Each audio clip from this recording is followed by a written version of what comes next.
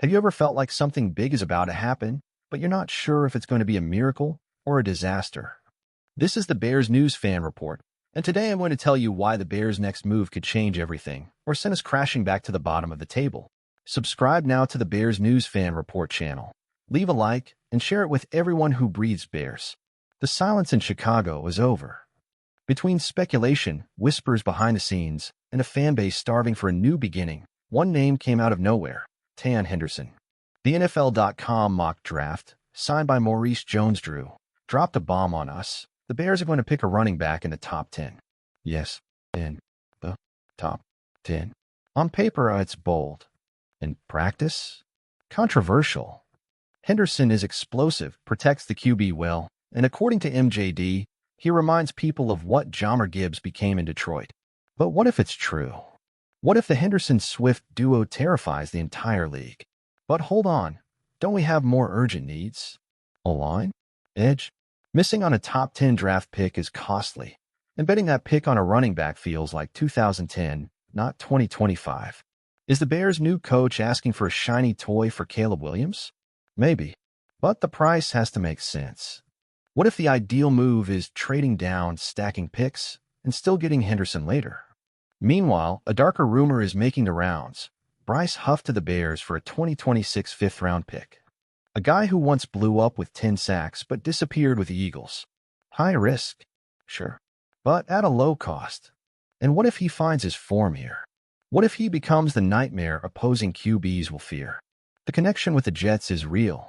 Our assistant GM knows Huff. He knows what he's doing, or is he bringing back a ghost from the past? The Bears' defense needs a difference maker, a threat. Huff might be that name, but he could also be just smoke. And just when you thought it was over, the Bears went and signed Miles Boykin, Shaun Wade, and Case Keenum. None of them will sell jerseys, but they might be the silent pillars of a championship locker room. Boykin is local, Wade is hungry for a second chance, and Keenum, well, he's seen everything in this league. These guys won't make headlines, but they can make a difference on the field and in the locker room. So I ask you, Bears Nation, are we about to witness the rebirth of Chicago, or just another frustrating chapter in a story we've seen too many times before? Would you go all in on Henderson, trade for Huff, or play it safe?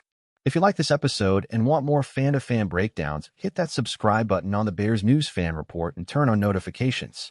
Stick with me, this journey is just getting started. While the media is distracted with the usual names, the quiet moves are telling a different story. Case Keenum, for example, might seem like just another vet chasing one last contract, but what if he's the bridge of experience Caleb Williams needs? A true mentor. Someone who's seen all, from miracle playoff runs to chaotic seasons. Caleb is the future, no doubt, but every young QB needs a whisper of wisdom when the whole stadium is screaming. And Shaun Wade? A talent who shined at Ohio State, dropped in the draft, bounced from team to team, until he landed here. Chicago's seen stories like that before. Remember Peanut Tillman? Not every cornerback is born a star. Some become legends through the fight. Wade has the tools, the rest will depend on fire and opportunity. And Miles Boykin, this one's personal. A kid from Illinois who grew up dreaming of playing for the Bears. These stories touch the soul of the fan base. He has the size, the speed. Maybe he never found the right system. Maybe, just maybe, this is the right one. The one with a new coach, a new quarterback, a new mentality. Because in the end, that's what it all comes down to: new. New energy, new ideas, new bets. But here in Chicago, new only matters if it comes with effort, sweat, and results. The fans' patience is running out, and for good reason. We've seen this movie before, but never with this roster, this QB, this GM, and this coach. Maybe it's just another empty promise.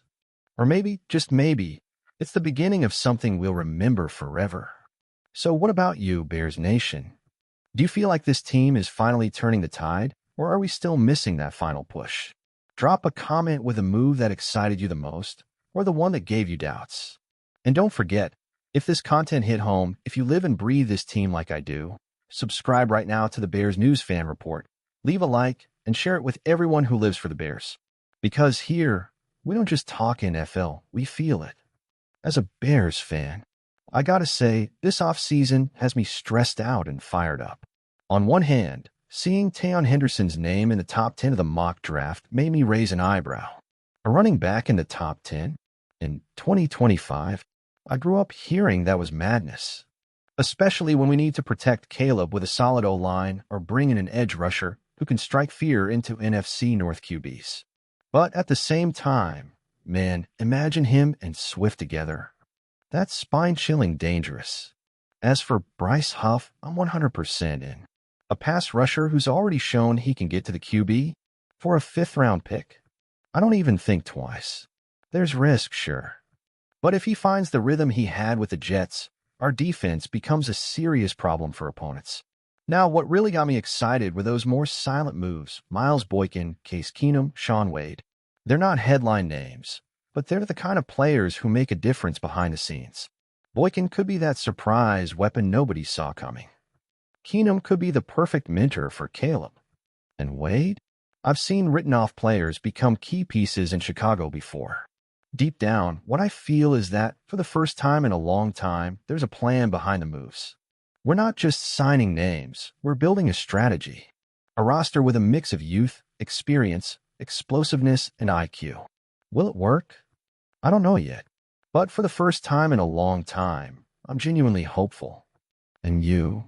If you were the GM, would you take Henderson at #10 or trade down and go for value?